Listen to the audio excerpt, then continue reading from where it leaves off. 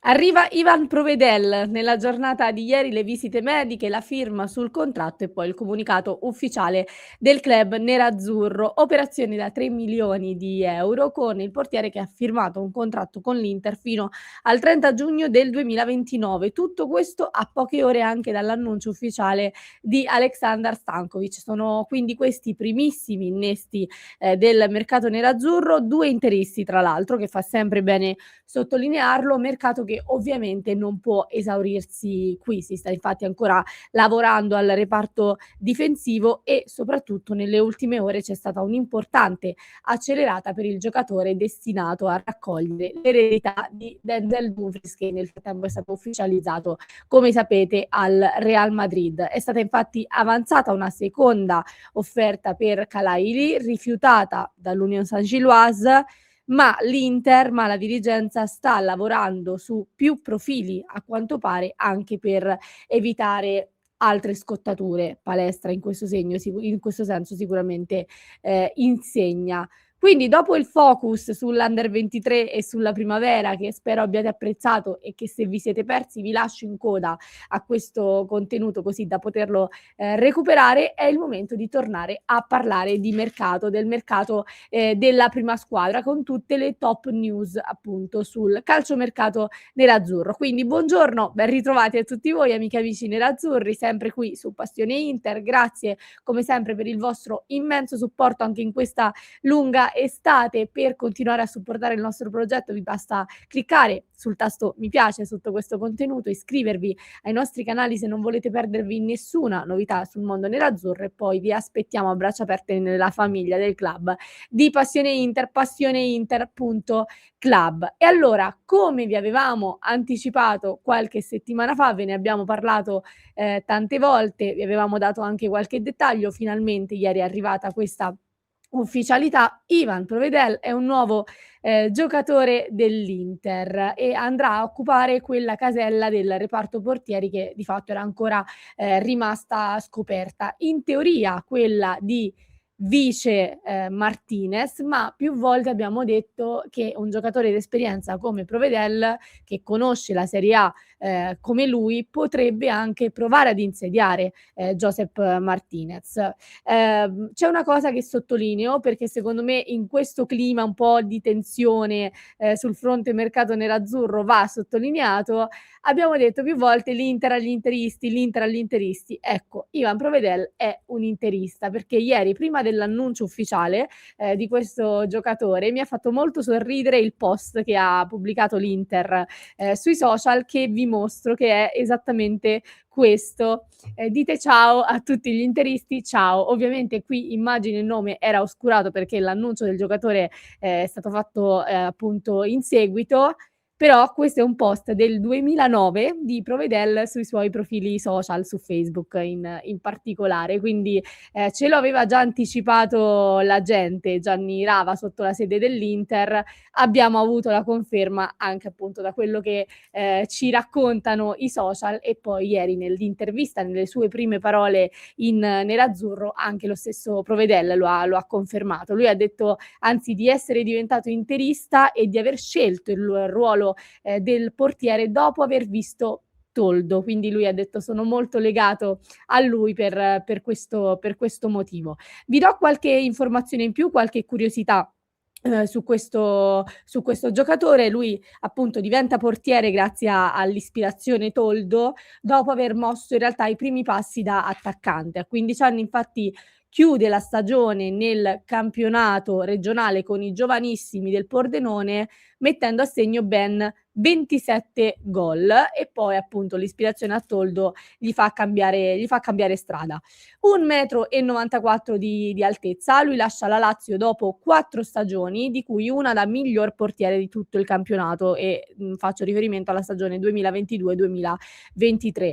53 clean sheet in totale con i biancocelesti su 146 presenze in tutte le competizioni. Abbiamo di fronte a noi un portiere completo, affidabile, lo vediamo anche appunto dai dati sui clean sheet, agile, la sua stazza lo rende anche forte sulle palle alte, bravo nelle uscite, ha un buon piede, il destro è il suo piede forte, è bravo nel costruire dal basso, ha una buona percentuale di passaggi riusciti e anche di passaggi lunghi, precisi. Io continuo a dire che per caratteristiche, per esperienza, per insomma quello che ha fatto vedere anche in queste stagioni alla Lazio, limitarlo a secondo portiere potrebbe essere uno spreco, ma tutto questo dipende ovviamente da come si impone Martinez, perché questa sarà la stagione dell'eventuale consacrazione di Josep Martinez. Quindi sicuramente avere a disposizione un portiere, un secondo portiere che ci può dare delle garanzie. Qualcuno di voi mi aveva parlato dell'infortunio, era preoccupato per l'infortunio alla spalla, ragazzi, tutto regolare, è rientrato, ieri ha svolto le visite mediche, quindi insomma non ci sono problemi su questo fronte. Come vi dicevo, è importante avere alle spalle un portiere già con esperienza, che conosce la Serie A, che ha già calcato anche il palcoscenico, europeo, perché appunto questa è la stagione in cui Martinez dovrà dimostrare. Quindi vedremo appunto se ci saranno dei colpi di scena. Spostiamoci adesso invece sul discorso che forse vi interesserà di più, viste anche le vicende delle ultime ore, e faccio riferimento al discorso Kalaili. Ovviamente non manca l'accordo con il giocatore, sappiamo che questo step qui è uno step abbastanza, non dico semplice, però, l'Inter insomma a trovare gli accordi con il giocatore riesce sempre bene. C'è un accordo appunto di base per un quinquennale da 1.800.000 circa a stagione, ma va trovata ovviamente l'intesa con l'Union Saint-Gilloise, club che ha rifiutato proprio nella giornata di ieri la seconda offerta dell'Inter. Sono stati rifiutati quindi anche i 23 milioni che erano stati offerti come base fissa, a cui andavano aggiunti poi dei bonus, e si arrivava complessivamente più o meno ad una cifra intorno ai 25 milioni. Ma la richiesta dell'Union Saint-Gilloise è di 30 milioni di euro, e quindi come sempre sapete che va trovato un punto di incontro. Nel frattempo Kalaili manda comunque i suoi messaggi, perché ha saltato la prima amichevole con il club belga, e con ogni probabilità salterà anche l'amichevole in programma nel weekend contro l'Orus, tra l'altro, l'ex club di Bissek. Vi devo anche dire che in casa Inter, nonostante ovviamente il secondo rifiuto, cioè dell'offerta, della seconda offerta dell'Inter, fa storcere il naso, resta comunque ottimismo e si resta comunque fiduciosi, anche perché sul giocatore comunque in questo momento sembra non esserci forte concorrenza. Sappiamo che l'inserimento di eventuali club è stato molto pericoloso nelle altre trattative in cui l'Inter insomma era protagonista.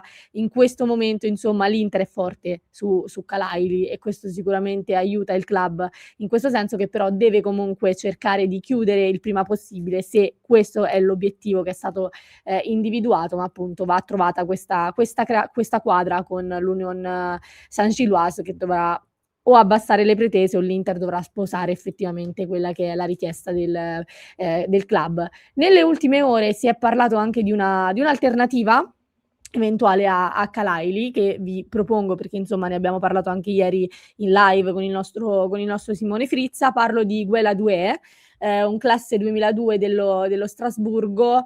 Lui è anche difensore della Costa d'Avorio.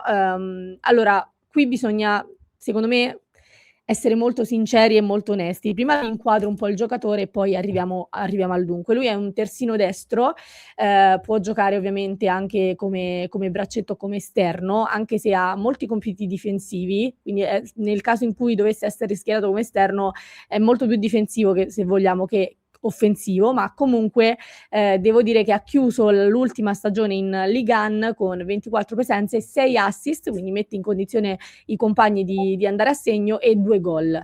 Ha un contratto fino al 2029 con lo Strasburgo, e lo scorso anno, nell'estate del 2025, era finito nei radar del Milan, e su di lui c'era anche il Chelsea.